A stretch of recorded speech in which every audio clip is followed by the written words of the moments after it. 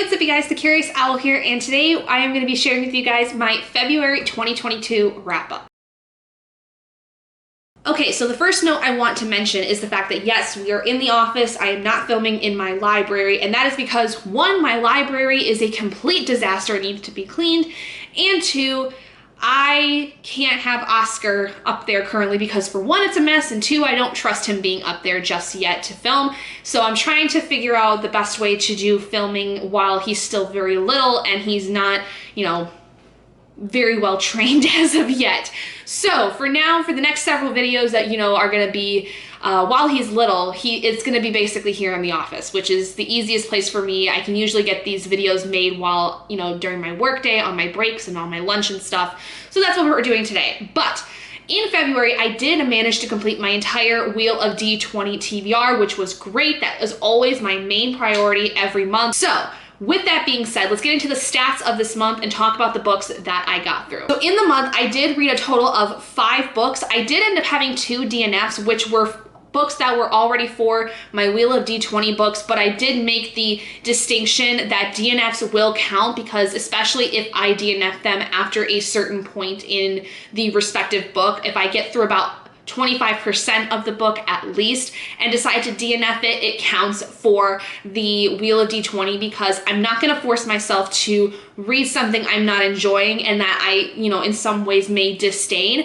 So it makes the most sense for me to give it a fair shot, and then at that point, if I'm not enjoying it, to then DNF it. So, but in total, I did finish 5 books this month, read a total of 2,465 pages, and had 0 minutes worth of audiobooks, as any audiobooks that I listened to were not being counted for. They were just really to help me kind of get engrossed in the world a little bit more and were not by themselves what I was using to read the book. Out of the 5 books that I read this month, 2 of them were physical. I had no audiobooks and 3 ebooks, and all of them were for my personal library. I did not have to borrow anything from any place. Now, as far as the star ratings, I had 0 5-stars this month, unfortunately, but I did manage to have 3 4-star reads and 2 3-star reads. I had 0 2-stars, 0 1-stars, but I did have 2 DNFs, like I said. So the first book I completed this month was The Jumpies by Tracey Baptiste. I did give this a 3 out of 5 stars. This was for my Wheel of D20 pick to read a middle grade. Now for this, I really enjoyed it because it was very fun. It was fast paced. It definitely felt like it was something that would be very fun for a middle grade reader. It actually was fairly scary because it dealt with a lot of this idea of these mythological demons of a sort that are from, like, I believe Caribbean mythology, which was really fun and interesting to read about because I had never heard of them before. It's based on the actual idea of the Jumbies, which are what the demons are basically called. However, one of the things I really disliked was the fact that I felt very confused partway through. Like, I kind of understood some threads by the end of the story, like how things all tied together, but I felt that the story overall was a little rushed, a little weird in some places where I couldn't quite grasp the point of the story, and I didn't really connect with the main character at all like I had originally wanted.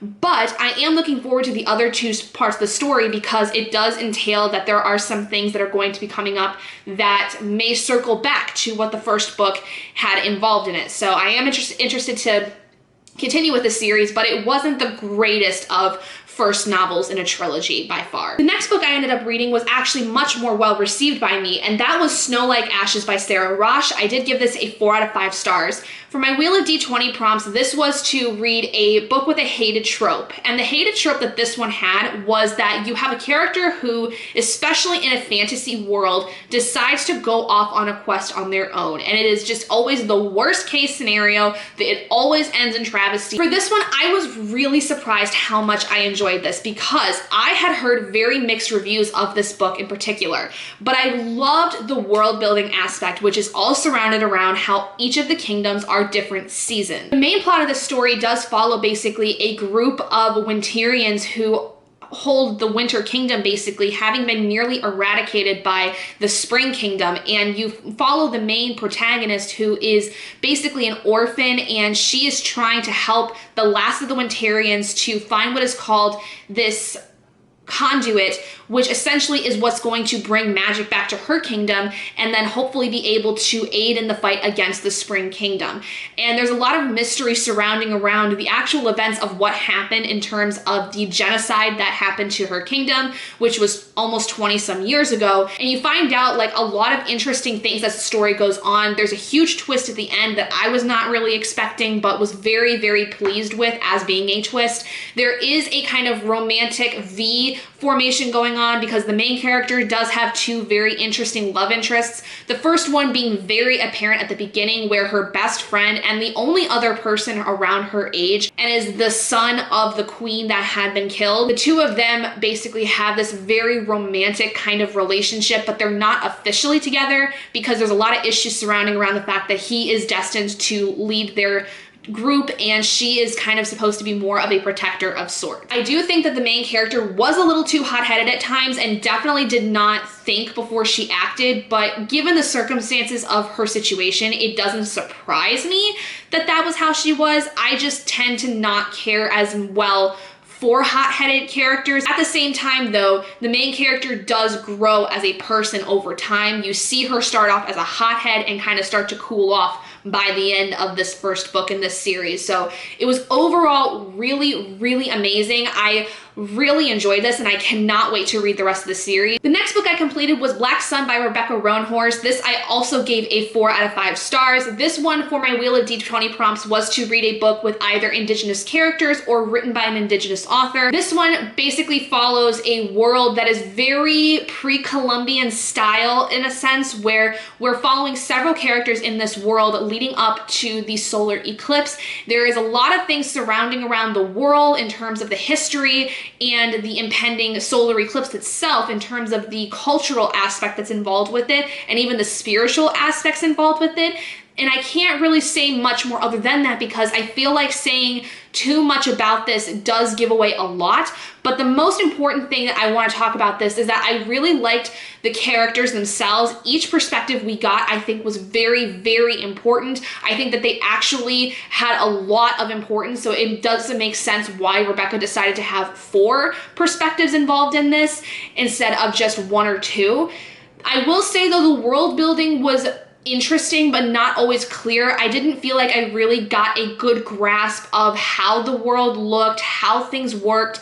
I just feel like that the characters were the more important aspect, which is totally fine, but I would have liked to have seen a little more in terms of the world building and understanding of how exactly this world looks, because there was a lot of movement between places, but I didn't feel like I understood how vast this place was exactly. Now, one of the characters named Serpio, who's one of our more main characters, he has a lot of flashbacks within this story. Is one of the things I will say, because specifically one of those flashbacks is the prologue of this book, and I will say it is very, very violent. This is not something I would recommend for many young readers, especially if you are sensitive to blood and gore, because this is very, very on the edge of grim dark in a lot of ways. I wish though that basically the prologue had been those flashbacks we saw over the course of the book, be kind of that one spot where those flashbacks came in.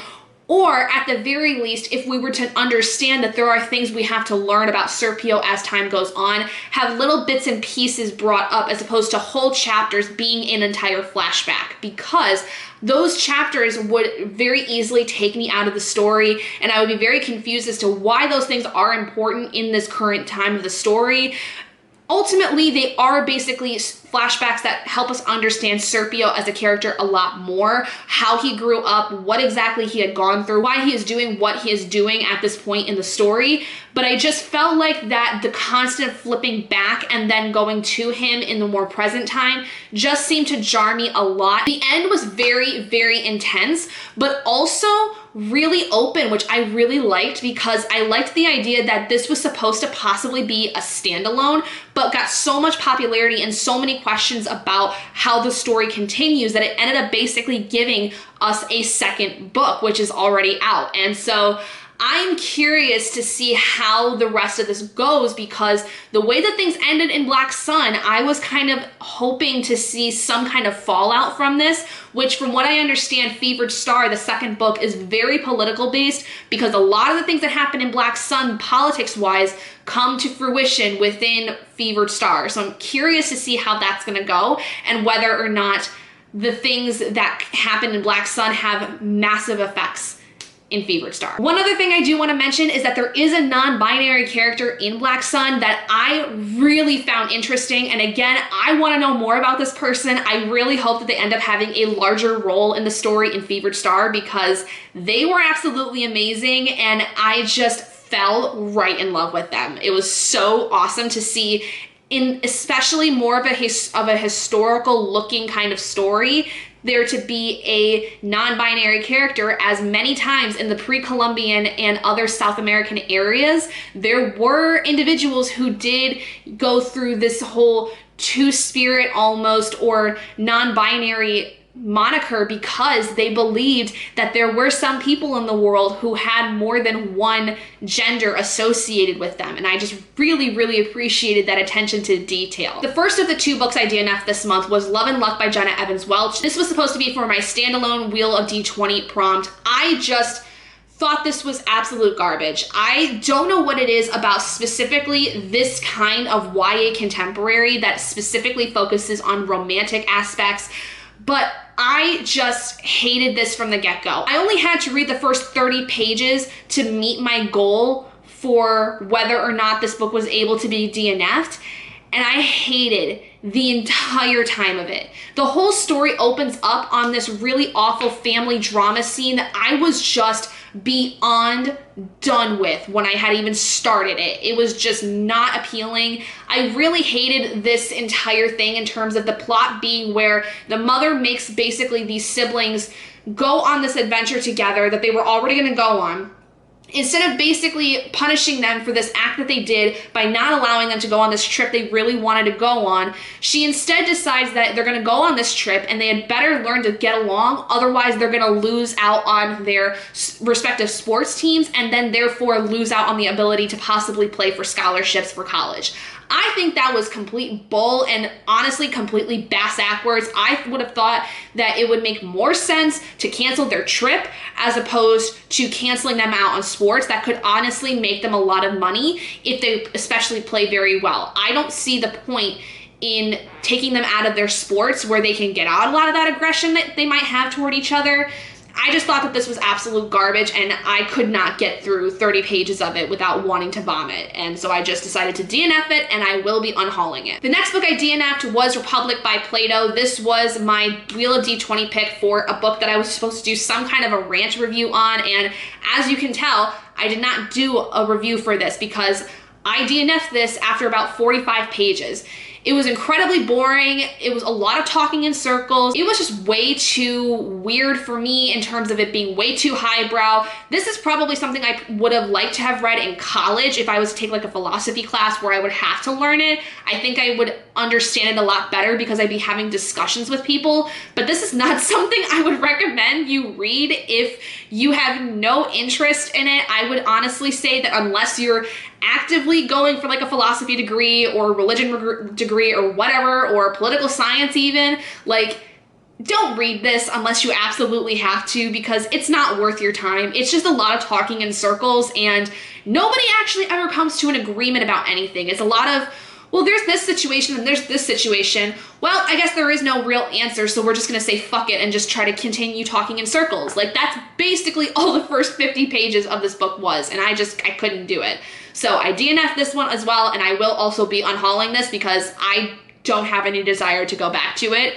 I don't think I will ever pick it up again in my life or anything in relation to this. The next book I read was Last Sacrifice by Richelle Mead. This is the 6th and final book in the Vampire Academy series, finishing off my Vampire Academy reread/finish series. I gave this a 4 out of 5 stars. I thought this was a very satisfying conclusion, and I do have a review video for this if you would like to check it out that has my more in-depth thoughts on this. But to say it short and simple, I really enjoyed this. I really think that this was a well done end to a series, and while I wasn't 100% 100% perfect. I think that honestly, this is the best kind of ending I would have asked for when it came to this series, so I was not disappointed in the slightest. And finally, probably my most disappointing read this entire month was my read of The Talisman by Stephen King and Peter Straub. This is the first book in a duology by these two authors in the course of my Stephen King reading series, and I also have a review for this that I will be coming out with shortly after this video has gone out.